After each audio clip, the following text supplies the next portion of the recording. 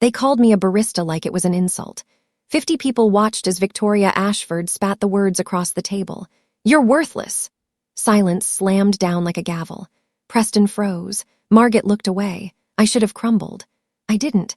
I smiled, slid a cream envelope across the mahogany, kissed Preston's cheek, and walked out. That envelope was not a prop.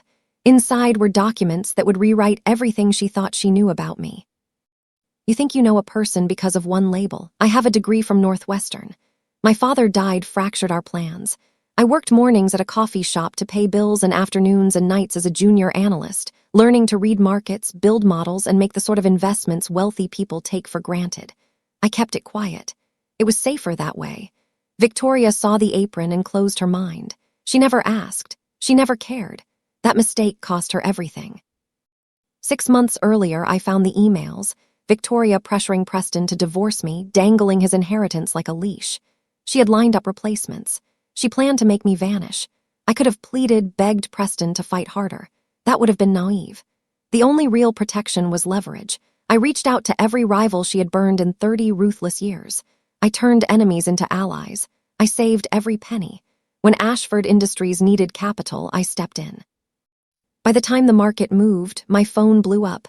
"The announcement went live," Howard said. "Stock reacting already."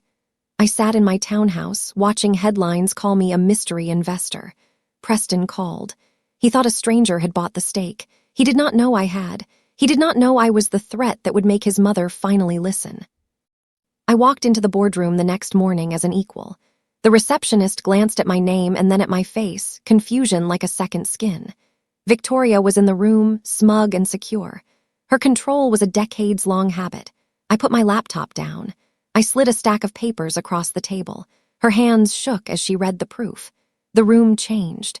She realized she was no longer the untouchable center of the universe. This is where the story splits. Will she fight to wipe me out, or will she bargain? I already had my next move prepared. The board had to vote, and votes change everything. But I am not here for petty revenge.